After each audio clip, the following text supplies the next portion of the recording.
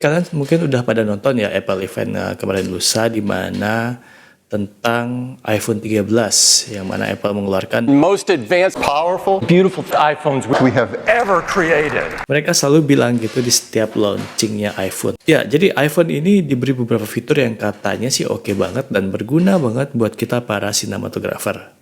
Saya Komaditya dan ini adalah Koma Tech Talk. Oke, jadi tahun ini kita punya 4 iPhone baru. iPhone 13 datang dengan 4 line up yang sebenarnya sih kayak gitu-gitu aja ya. 13 mini, 13 yang biasa, 13 gitu kan. Jadi 13 Pro dan juga yang terakhir adalah 13 Pro Max yang dimulai dari 128 GB storage sampai ke, kalau nggak salah sih. Jadi kayaknya 1 terabyte ya. Nah, spek-spek lainnya bisa kalian cek aja di apple.com. Kita hanya akan bahas kameranya dan beberapa fitur yang bersahabat untuk para sinematografer. Ya, yang kayak saya ini aja lah. By the way, semua iPhone 13, baik yang Pro maupun non-Pro, itu sama-sama mendapatkan fitur ProMotion teknologi, di mana itu kayak 120 Hz refresh rate gitu ya. Terus ada juga SDR display, True Tone, dan juga P3 White Color Gamut. Apa artinya ini? Ini artinya warna yang terdisplay di layarnya akan semakin mendekati warna nyata atau in the real life gitu ya.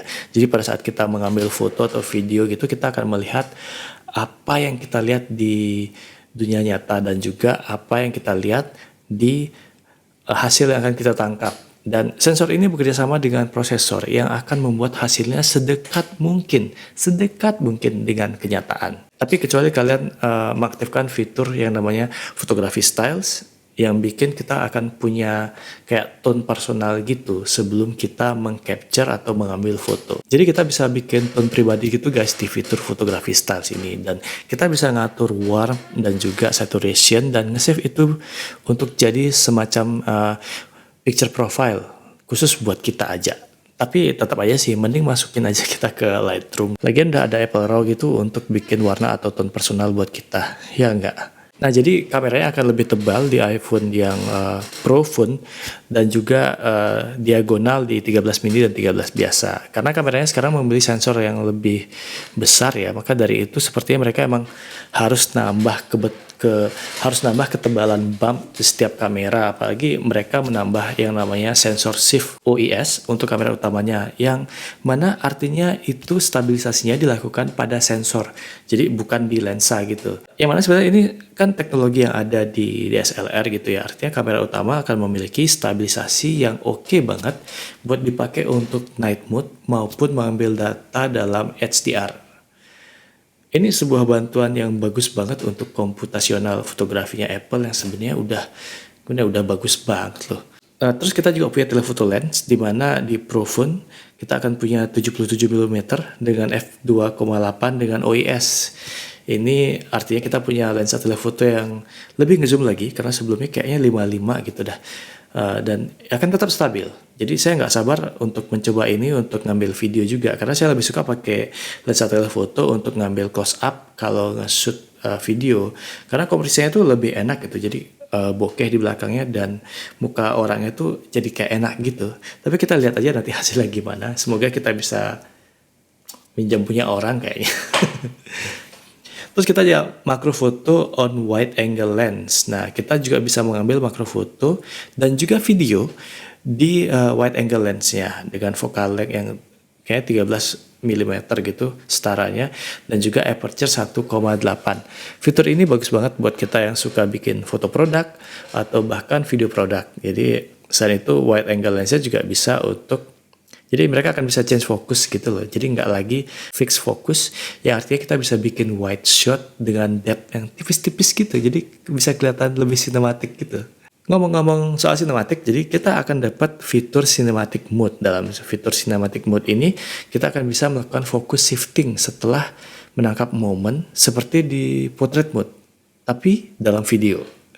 Dengan gitu kita akan bisa ngatur titik fokus yang kita inginkan pada saat kita mengedit videonya. Jadi kita bisa mengganti titik fokusnya itu di Post Pro. Sayangnya ini baru bisa kita lakukan di apps foto atau iMovie apps di iPhone.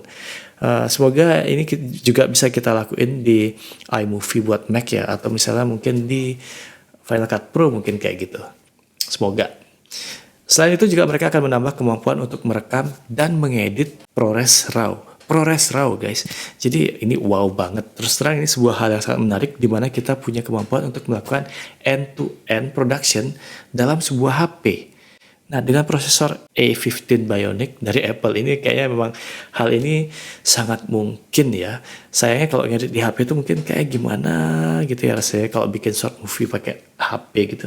Tapi kalau kalian misalnya senang bikin sinematik TikTok gitu atau IG stories kayaknya sih oke ya. Kesimpulannya, cinematic mode ini sebenarnya kayak menarik banget sebagai nilai jualnya dari iPhone 13 ya, terutama buat kita para sinematografer dan juga mungkin fotografer yang mau jadi sinematografer. Selain itu karena semua iPhone 13 memiliki semua fitur ini ya, nggak cuma yang Pro tapi juga yang 13 mini dan 13 yang biasa aja gitu. Jadi sebagai kreator 2FA kayak saya ini, saya senang banget bisa mengakses fitur ini di iPhone yang lebih murah. Tapi dari demo Apple tuh kita bisa lihat kalau shot yang mereka ambil tuh sebenarnya dari set film yang lampunya tuh lengkap, terus juga ada gaffer profesional, setnya juga udah bagus, aktornya juga udah keren. Jadi ya untuk bikin semacam cinematic shot itu sebenarnya lebih gampang ya untuk mencapai shot yang bagus. Dengan kamera apapun juga itu bisa terjadi gitu.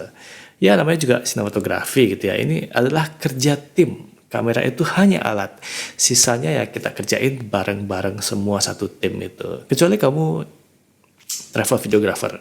Jadi menurut saya kalau untuk memilih untuk para casual nih, kalau para casual nih sebaiknya HP ini bisa di skip aja.